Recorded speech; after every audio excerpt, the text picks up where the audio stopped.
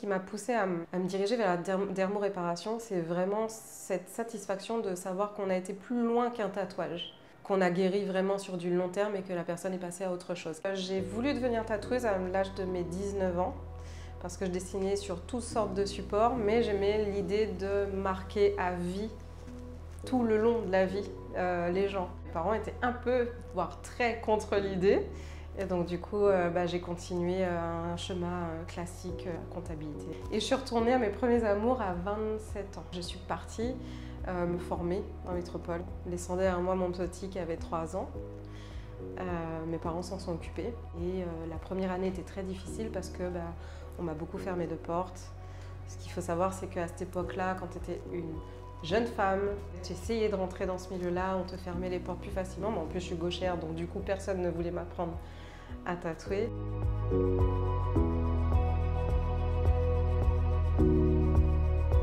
J'ai reçu de plus en plus de femmes qui viennent me parler de choses intimes et qui ont besoin d'extérioriser par le biais du tatouage, parfois par un autre biais. Au fil des discussions, on se rend compte que le tatouage n'est peut-être même pas la réponse.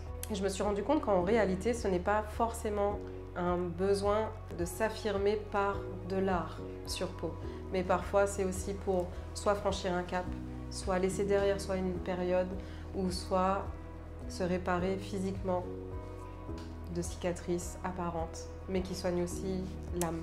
Ça m'est arrivé de recevoir une cliente qui est venue, mais vraiment tout à fait par hasard dans le salon, et qui m'a demandé s'il y avait une femme qui tatouait. Donc elle pensait que je faisais l'accueil seulement.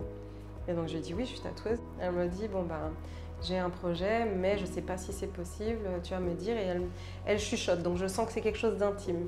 Donc je l'invite à ce qu'on s'isole pour en discuter. Et elle me fait la confidence qu'elle a subi une réduction mammaire et que la chirurgie s'est très bien passée, mais qu'elle avait une déformation et une asymétrie au niveau des auréoles. Et je la tatoue le lendemain ou le surlendemain.